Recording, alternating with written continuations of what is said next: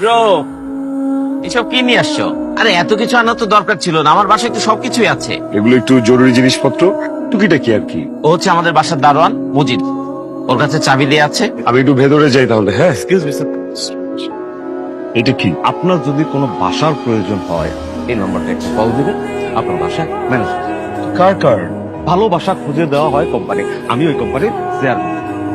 Wow, তাহলে তো আপনাকে আমার স্যার বলা উচিত। না না স্যার, আমাদের কোম্পানির রুলস অনুযায়ী আমরা কাস্টমারদের সার্ভিস।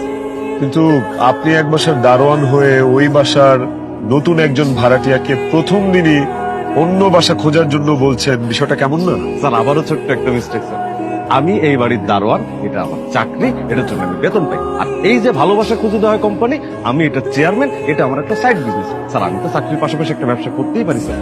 এই যে গত 2 মিনিটে আপনার সাথে কথা বলেছি, আমি মিস্টার মজিদ এই কোম্পানির চেয়ারম্যান হিসেবে আপনার সাথে কথা বলছি, আর এখন এই বাড়ির দারোয়ান। ইন্টারেস্টিং।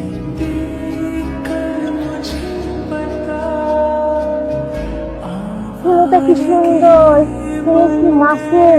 কি হয়েছে? এখানে দাঁড়া এরকম জোশ জোশ করতেছস কেন? কি দেখতেছিস তুই? ওই যে দেখো গাছ মরে গেছে পানির ইয়েতে, এটাই দেখছিলাম। আমার সাথে তুই ফাইজলামি করস? আমাকে বোকা বানাস? তুই এই গাছ দেখতেছিলি নাকি ওই ছেলেটাকে দেখতেছিলি? তুমিও দেখেছো ছেলেটা কি সুন্দর, ছেলেটা কি হ্যান্ডসাম। আমি তো ক্রাশ খেয়ে গেলাম, আমি তো প্রেমে পড়ে গেলাম। বেশি পাকা পাকা কথা বলা শিখে গেছিস, কিন্তু যা নিচে যা। কিন্তু তুমি কিন্তু ওর দিকে বেশিক্ষণ তাকাই থেকো না। তুই যাবি নিচে।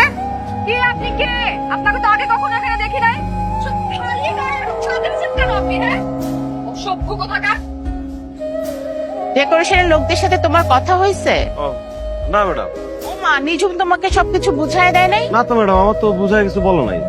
জন্মদিনের অনেকদিন দেরি আছে তো, এই জন্য মনে হয় বলতে ভুলে গেছে। ও আর ছাদটা কিন্তু সুন্দর মতন পরিষ্কার করবা। আমি 2 মিনিট দাঁড়ান, আপনি 2 মিনিট। হ্যাঁ, না না, এই বাড়িতে কি করছেন? সরি, আপনার সাথে তো আসলে পরিচয় হয়নি। এই বাসায় নতুন উঠেছি, রাতুলের ফ্ল্যাটেই উঠেছি। আচ্ছা, তোমার সাথে যখন বাবা পরিচয় হয়েই গেল, তাহলে তোমাকে জন্মদিনের দাওয়াতটা দিয়ে দিই। আমার ছোট মেয়ে ইরা, ওর সামনের বুধবার জন্মদিন, তুমি কিন্তু রাতুলের সাথে অবশ্যই আসবা। আমি কিন্তু আপনার জন্য ওয়েট করবো। ওকে, আসবো আন্টি। আপনারা কি কোথাও যাচ্ছিলেন নাকি? হ্যাঁ, একটু শপিং এ যাবো, ইরার জন্য একটা জামা কিনবো, কিন্তু কোনো রিক্সাই তো পাচ্ছি না। মামা এদিকে আসো।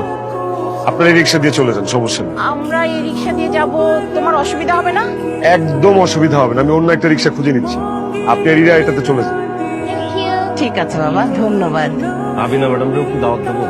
এই বাড়ির প্রত্যেককে দাওয়াত দেবা, একজন মানুষের যেন বাদ না যায়। আমার মেয়ের জন্মদিন বলে কথা।